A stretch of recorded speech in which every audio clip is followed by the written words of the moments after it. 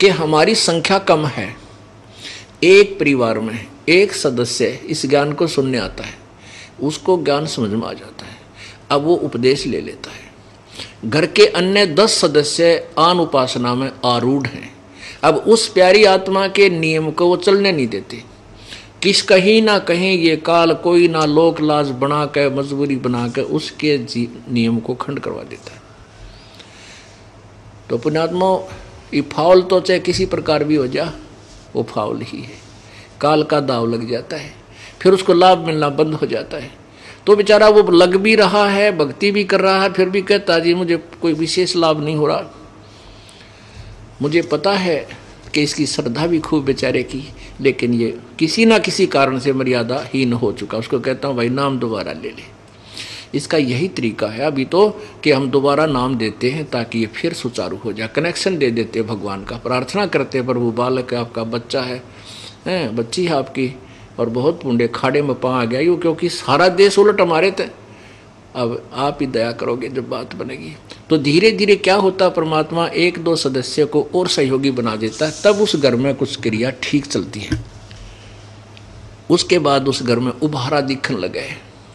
यदि आप सत्कर्म मानना, आज नाम ले लो, आपको किसी प्रकार की आपत्ति हो, घर में संकट हो या आपका किसी प्रकार का रोग हो, जब ना तुरंत ठीक हो जाए तो मैं संताई छोड़ दूंगा। लेकिन हम गलतियां इतनी कर देते हैं, ना चाहते हुए हो जाती हैं, क्योंकि मैं इस परमात्मा से बहुत परिचित हूं। सन 1988 से इस दास इसकी शरण में आया था। उस दिन के बाद जो मेरे साथ इन्होंने चमत्कार किए, मैं सोच भी नहीं सकता था। तो आपके साथ क्यों नहीं करेगा? वही भगवान, वाह पावर। कहते हैं सतगुरु के दरबार में कमी का एक ही ना, और हंसा मौज निपा होता तेरी चूक चाकरी में। इस सच्चे दरबार में किसी वस्तु की कमी नहीं रहेगी। और तुझे परमात्मा आपके ऊपर मौज नहीं बख्श पा रहे हैं, तेरी कोई सेवा में कमी है, तेरी चाकरी में कमी है, तेरी कोई मर्यादा में त्रुटि है। अब ये जो नियम आपको फार्म के पीछे लिख कर दिए हैं, इनको जरूर पढ़ा करो। शुरू में दूसरा नाम लेने से पहले तो कई बार पढ़ा करो इस पीछे क्या लिख रखा है। आप या ना पढ़ सकते, किसी बालक तो पढ़वा ले। और इसकी विस्तृत जानकारी हमने भक्ति सौदागर को संदेश प्रथम भाग में प्रारंभ में लिखी हुई है, ताकि आप इस नियम से पूर्ण परिचित रहो और मार ना खाओ। अब जैसे हम आपको स्वाभाविक कहते हैं ये नहीं करना, वो नहीं करना, देवी देवताओं की पूजा नहीं करना। देखो, हम देवी देवताओं के विरोधी नहीं हैं। ब्रह्मा विष्णु महेश भी देवी देवताओं में आते हैं, अन्य देवताओं में। ये इस संसार रूपी वृक्ष की टहनी है, तीनों टहनी, और जड़ पूर्ण परमात्मा है। तो हम कोई पौधा आम का बीजेंगे तो जड़ की पूजा करेंगे, जड़ को मिट्टी में डालेंगे तो हम उसको सफल कर पाएंगे। हम ठीक प्रयत्न कर रहे हैं, अन्यथा हम उल्ट कर रहे हैं। अब देखिएगा, जैसे आप कोई आम का पौधा लाए नर्सरी तक, उसको कैसे बीजा जाता है, उसको ऐसे लगाया जाता है, उसको नीचे को मिट्टी में या गमले में जड़, उसकी जड़ें गाड़ दी जाती हैं और उस जड़ में सिंचाई की जाती है, जड़ की पूजा की जाती है। तो उस जड़ से फिर खुराक चलती है तना में, तना से इस मोटी डार में, डार से इन शाखाओं में, इन शाखाओं का फिर फल लगेंगे। ये देवी देवता है। अक्षर पुरुष एक पेड़ है, ये समझो, इसको एक अक्षर पुरुष, ये पूरा बाहर दिखाई देता है, इसको एक पेड़ बोलते हैं। इस पेड़ का जो तना है ये अक्षर पुरुष है, परब्रह्म है, और ये मोटी डार निकली, ये क्षर पुरुष यानी ब्रह्म है। और ब्रह्म के आगे यानी क्षर पुरुष डार के आगे 3 शाखाएं हैं छोटी, ये रजगुण ब्रह्मा, सतगुण रसगुण ब्रह्मा, सतगुण विष्णु, तमगुण शिव जी हैं। अब हम पूजा करेंगे इस जड़ की यानी पूर्ण परमात्मा कबीर जी की, तो यहाँ से खुराक चलेगी, हमारा संस्कार बनकर जाएगा परब्रह्म से ब्रह्म, ब्रह्म से ब्रह्मा विष्णु महेश के पास। तो ये हमें न चाहते हुए इन टहनियों का फल लगेंगे, क्योंकि हमने सेवा कर दी उस जड़ की, इसने वहाँ भेज दी खुराक। ऐसे ही हम पूर्ण परमात्मा की भक्ति करेंगे तो इस भक्ति से हमें संस्कार बनेंगे और ब्रह्मा विष्णु महेश हमें इनका फल देंगे ही देंगे, अवश्य ही देंगे, ये रोक नहीं सकते। अब हम इन देवी देवताओं के विरोधी नहीं हैं, लेकिन हम क्या कर रहे हैं, हम इस चीज के विरोधी हैं कि आपने संसार रूपी पौधे को, आम के पौधे को उल्टा बीज दिया भक्ति रूपी पौधे को। आप टहनियों को तो नीचे जमीन में गाड़ ली, इनकी पूजा शुरू कर दी, जड़ छोड़ दी, जड़ ऊपर कर दी। आपका भक्ति रूपी पौधा नष्ट हो रहा है, ये सफल नहीं होगा। अब दास ये कहता है कि आप केवल ऐसे करो, ऐसे कर लो इसको, बस दैट्स ऑल। ये देवता भी हमारे साथ हैं, ये फल भी देंगे। ये जब देंगे जब हम ऐसे पूजा करेंगे, इस परम पिता की पूजा करेंगे, पूर्ण परमात्मा की। तो इसकी साधना ना करने से हम अपने जीवन को व्यर्थ कर रहे हैं। शास्त्र, ये शास्त्र विधि अनुसार साधना। तो जैसे हम जो कहते हैं आप उस तरह करोगे तो आप सफल होगे। हम कहते हैं देवी देवताओं की पूजा ना करके पूर्ण परमात्मा की भक्ति करो जिससे तुम्हें लाभ हो। यानी इस भक्ति रूपी इस पौधे को आप सीधा बीजो। परमात्मा कहते हैं माई मसाणी सेड शीतला भैरो भूत हनुमंत, साहेब से नारार है जो इनको पूजंत। परमात्मा क्या कहते हैं कि जो इन शीतला माता की, अन्य माताओं की और ये भैरव भूत हनुमान आदि की जो पूजा करते हैं, इनसे भगवान 100 कोस होता है। देवी देव ठाडे भये हमको ठोर बताओ।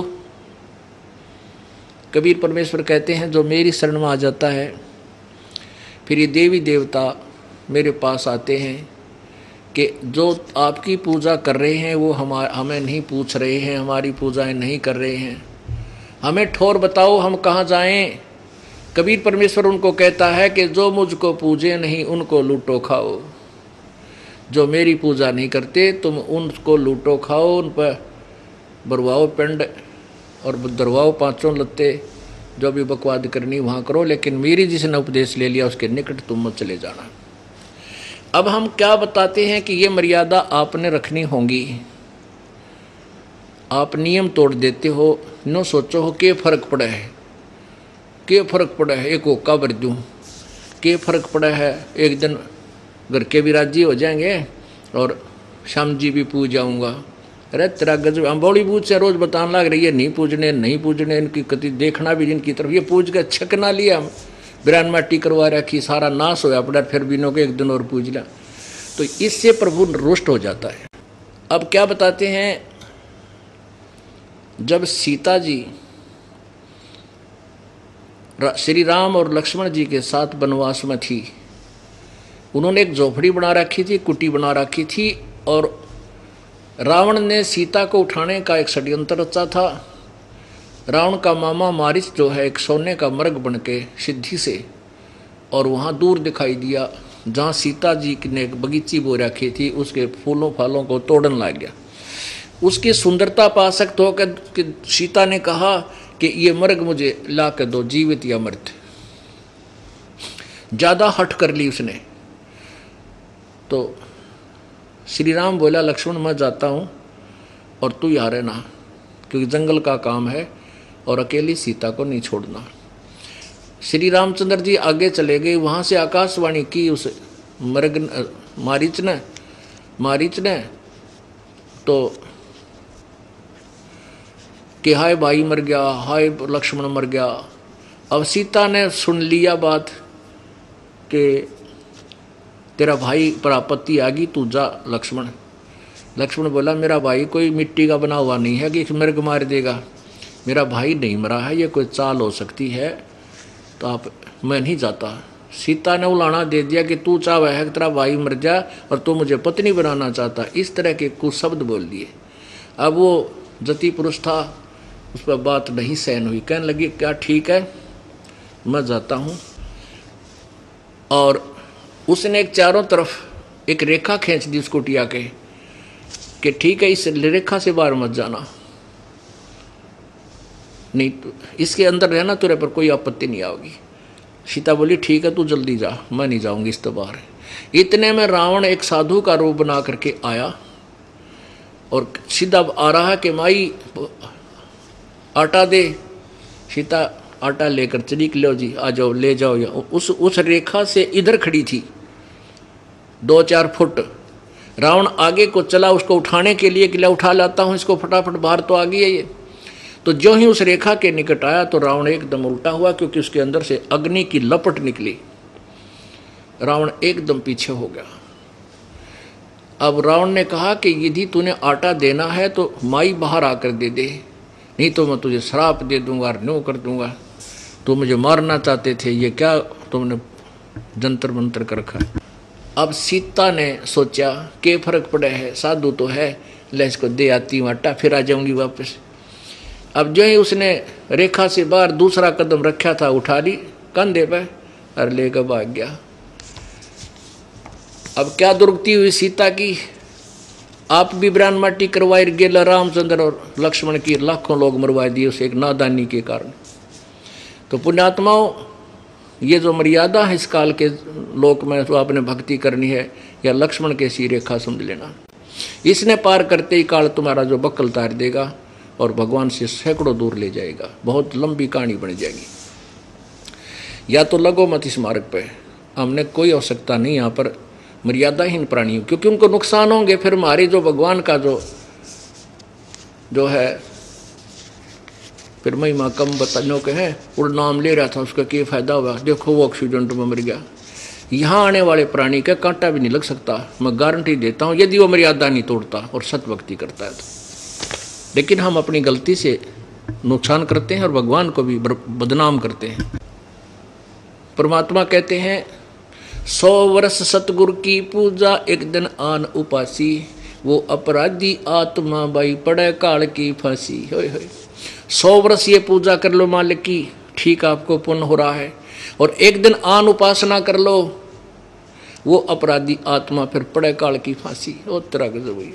बता, इतने भयंकर विष को हम क्यों खाएं? हमने 1 क्विंटल हलवा बना रखा है और उसमें 100 ग्राम टट्टी डाल दे, बता क्या फायदा उस बनाने का, तो बर्बाद कर डाला। तो ऐसी नालायकी कौन करेगा? शराबी। तो इस मार्ग में आन उपासना, यानी जो हमने बताई उसके अतिरिक्त जो पूजा तुम करते हो, मनमाना आचरण करते हो, वो इसमें विष का काम करेगा। 100 वर्ष तो सतगुरु पूजा, यानी गुरुदेव के सच्चे गुरु के आधार पर जो साधना आप करते हो वो, और एक दिन आन उपासी, वो अपराधी आत्मा फिर पड़े काल की फांसी। ओ तेरा गजब। आप क्या बताना चाहते हैं परमात्मा?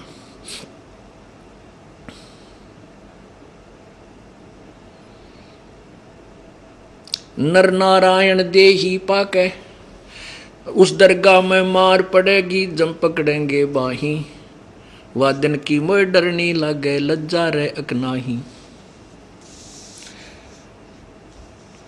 नर नारायण देहे पाके तू फेर 84 जाही, जा सतगुरु की मैं बलिहारी, जो जामन मरण मिटाई। ओह के ये इतना सुंदर शरीर नर नारायण। ओह, नारायण यानी भगवान, और नर आप, स्त्री पुरुष का चोला मानव शरीर कहलाता है।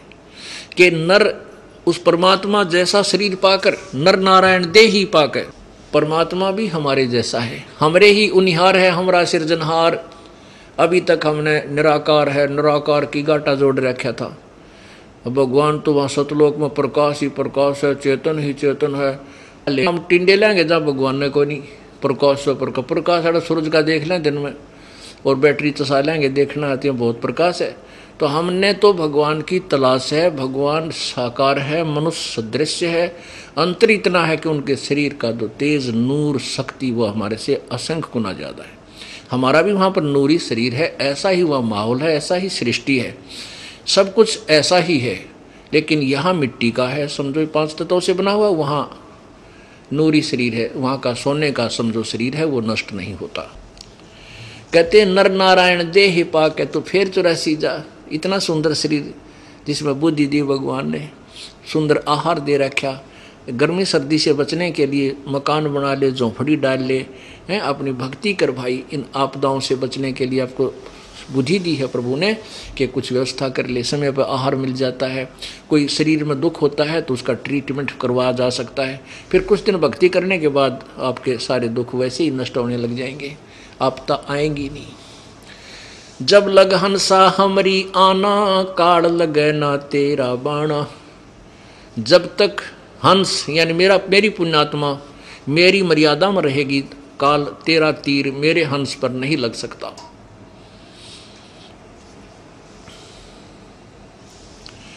तो हमने इस भगवान की मर्यादा को नहीं तोड़ना है। भक्ति कम ज़्यादा वो स्वीकार हो जाएगी, उसमें इतना होगा कि एक जन्म बढ़ सकता है। और मर्यादाहीन प्राणी का तो कितने ठिकाना को ना। लेकिन अब हम समझदार हो गए, कम क्यों करेंगे, हम खूब करेंगे। और क्या करेंगे, समझ दिखाई दे जाएगा कि क्या मांगू कुछ थिर ना रही, देखो तो नैन चला जग जाई, एक लख पूत सवा लख नाती, उस रावण का कोई दीवान बैठी। हम क्या मांगेंगे भगवान के दरबार में।